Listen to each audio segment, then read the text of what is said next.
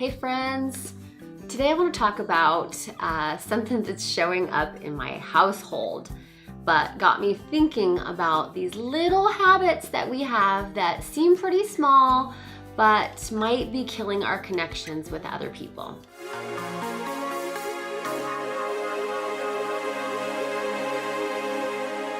I am Stacy Rocklein, and I help strong women let their guard down so they can embrace vulnerability and live connected and authentic lives as the real person that they are.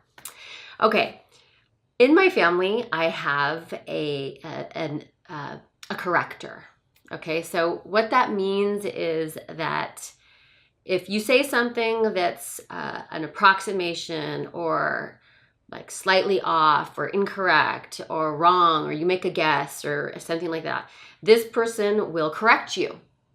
And you understand why someone does something like that. It makes them feel better to be right.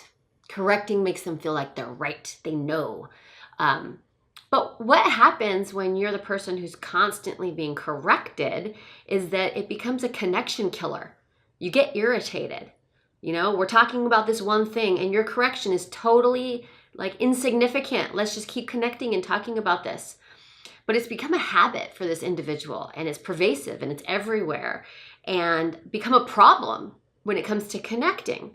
Now, this is just one example because there are other examples, like for me, for example, I love to tell people about how great I am, right? Things I've accomplished, things I've done, things I've experienced. This is a habit I've had for my whole long life. But while that makes me feel good, and I think it's gonna make you like me, it actually kills connections with people. In order to connect with somebody, I need to experience how awesome they are. I need to hear how awesome they are. I need to pull that out of them. That's how we're gonna connect. So that's a little habit I've had for a long time that I have to keep in check, right? Because it's not gonna serve me when it comes to the important part of life, which is connecting with people. Another one we have in our house is an exaggerator. So, right, if this happened twice, maybe he reports that it happened like 5 or 6 times if it's a good thing. That exaggeration is making him feel good, feel better about himself. He thinks it's impressing you. However, if you've got a chronic exaggerator, you become suspicious of what they're reporting, right? And so then you're like pulling back, and it's a connection killer too. We all have these little things that we do that, one, we want to feel better, so we do it to make ourselves feel better. But 2, we think that is going to get us the response we want from the other person. But if we don't pay close attention, we might be losing that connection with people.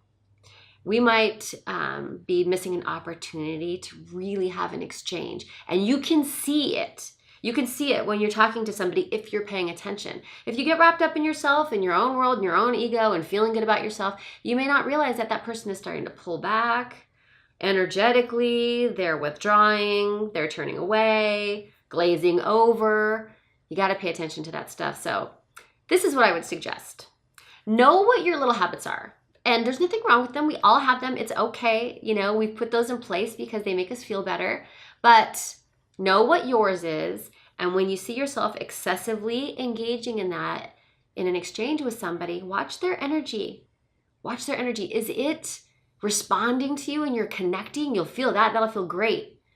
But if you see that that person is starting to pull away, or that connection is becoming lost or not ever being established, then it's time to stop and say, hey, okay, let's make it not about me. Let's find out about them.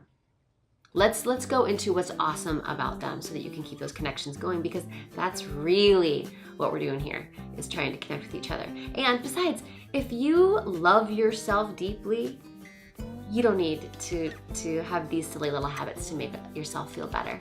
You don't. So that's a better focus, right?